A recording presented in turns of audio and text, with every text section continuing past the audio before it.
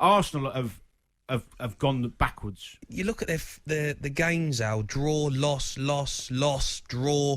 I mean, it's not good enough. The players that he selects, the way that he plays, and the results that he gets as a result of those selections and the players that he picks will cost him his job. Xhaka can't lose his head. I've lost my head more than most people. That moment, there's literally no excuse for it. What really winds me up is Arsenal are meant to be a top-flight team in the Premier League. They are probably all on excellent wages at that club. You live in London, you've got a great life. You've got a manager that's coming in that wants to play great football, potentially, wants to get there.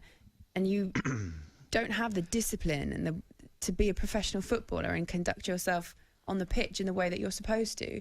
Granit Xhaka's had numerous warnings before. He's had the wrath of Arsenal fans, whether or not you think that's his fault or not, what happened back then. He was the captain, he had it stripped off him. He was given numerous chances again and again. That moment, there's literally no excuse for it. You can't even say, I'm having this issue and people on social media get to me and blah, blah, blah. We've heard all that before. Don't throttle a player that actually wasn't even really involved and probably is one of the smallest players on the pitch. Like, it was just such an odd... It wasn't even a fiery moment of madness. There were two moments in that. He had the opportunity to walk away and he didn't walk away. He carried on. He throttled Ashley Westwood and he got sent off, and quite rightfully he should have got sent off. I mean... El Neni could have got sent off as well. We could have been down to 9 men. It could have been even worse. I think we're quite lucky to get away with a 1-0 loss at home. Why are you a Premier League footballer and you can't control yourself on the pitch? Because what will happen, whether or not you think Mikel Arteta is the right man for that job, he will be the one that has to suffer for it. And the Arsenal fans that paid their money to go and watch it and haven't watched for 9 months and turned up to that game yesterday get to watch that dross. I've just dropped my pen. Anyway. I don't know where to start with it, Ali, because I feel like there are players in that dressing room that don't want to play for him, probably don't want to play for themselves. That's a problem. I don't get it. Arsenal have gone backwards, and it's bizarre to see. I thought the performance first half was tepid.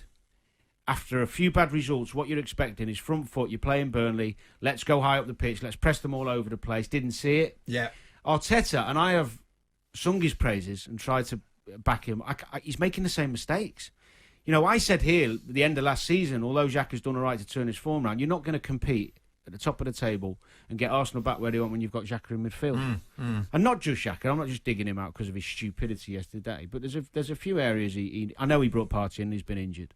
But he's playing Lacazette as a 10. He's not a 10. He's playing Aubameyang up top, who, fair enough, some people think that's best position. He scores most of his goals off the left. Yeah.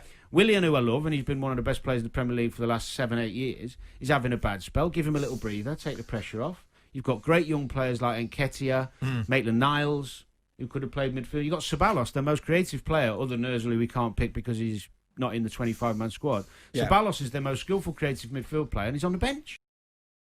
When you break it all down, Simon, Arsenal 15th in the table, run of 7 defeats, as I said in the introduction. Worst start to any top-flight season since 74-75. Will these players cost Arteta? Will they cost him his job?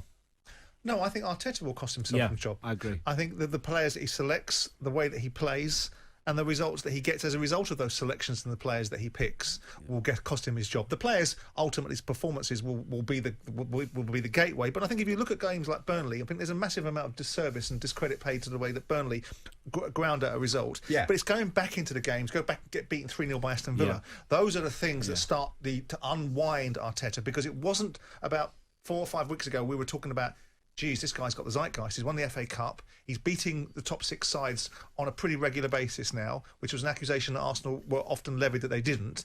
He is now changing the culture. He means what he says. He's not going to have players talking outside the dressing room. He's beginning to get hold of it. And now, 4 weeks later, like we often do, bang, Arteta now is the exact parallel opposite of what we thought he was. Yeah. It's somewhere in the middle is the real answer, but he's got to be a little bit stronger with what he's doing, a little bit more definite. And I also think he's got some passengers in that dressing room that he's got to be. And you look at Aubameyang, I'm not singling him out, but this was a guy that we had to endure putting a egg timer on about his contract like he was the panacea to all Arsenal's problems. Yeah. Where's he?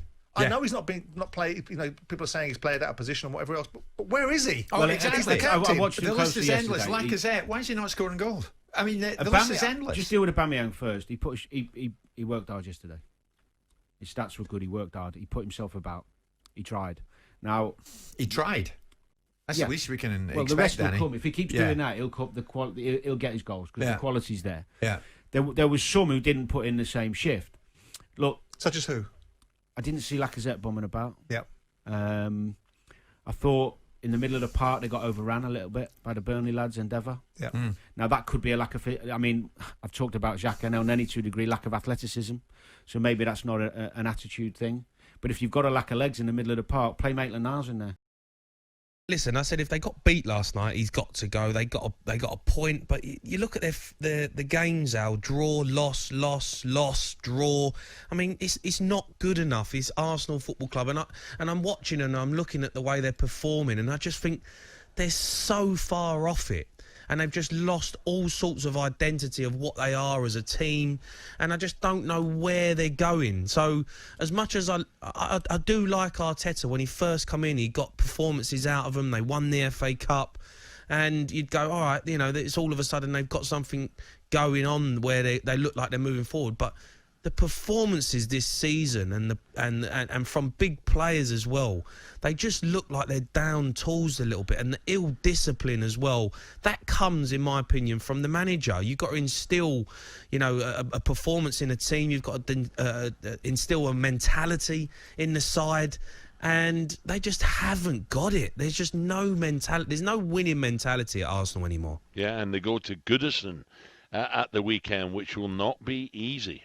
Oh, man, that is a tough game. I mean, they're off the back of a great result against Leicester.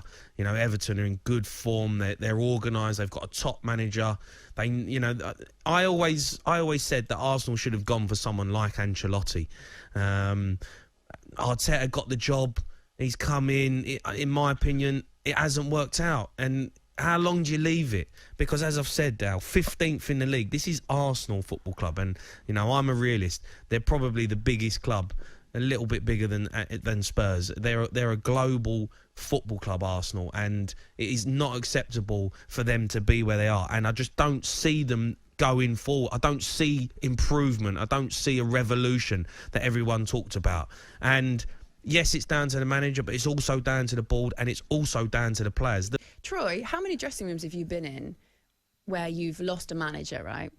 And A few. Yeah, quite a few. So when you look at Arsenal, is it the manager's fault or is it the players' fault? It's a collective fault. I think that's the big thing for me. When a manager changes. So I remember maybe less than a year ago now, everyone was buzzing with Arteta coming in. He was the next big coach.